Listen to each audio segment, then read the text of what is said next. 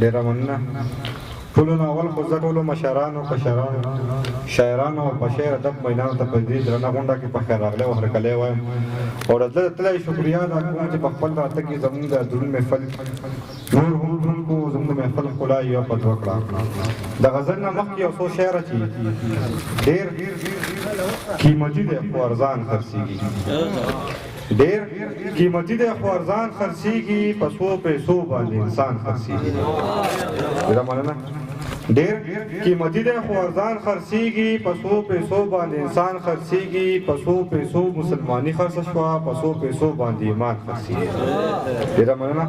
په څو پیسو مسلماني خرڅه شوه، په څو پیسو باندې ایمان خرڅېږي او ما به ورتاله ډېر پخوا راوړی، ما به ورتاله ډېر پخوا راوړی که زه خبر وی چې پیزوان خرڅېږي. ډېره مننه.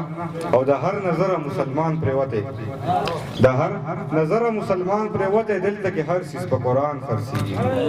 د غزل مطلب ده چې خیر که غریبي وجي، خیر که غریبي وجي تل به خوشحالي وجي، او مدرسانیه چې خیر که سادګي وجي مینه د زړګي وجي، او بس د شمار یو څو ورځې دا څنګه ځواني وجي، بس د شمار یو څو ورځې دا څنګه ځواني وجي، زار د یو بل کلکه ورولي وجي، نه وه د نفرت نامه ښکلې زندګي وجي.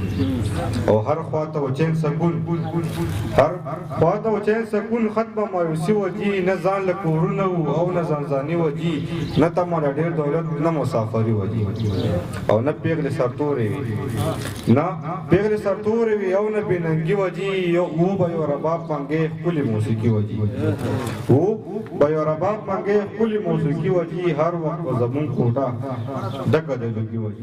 ډېره مننه.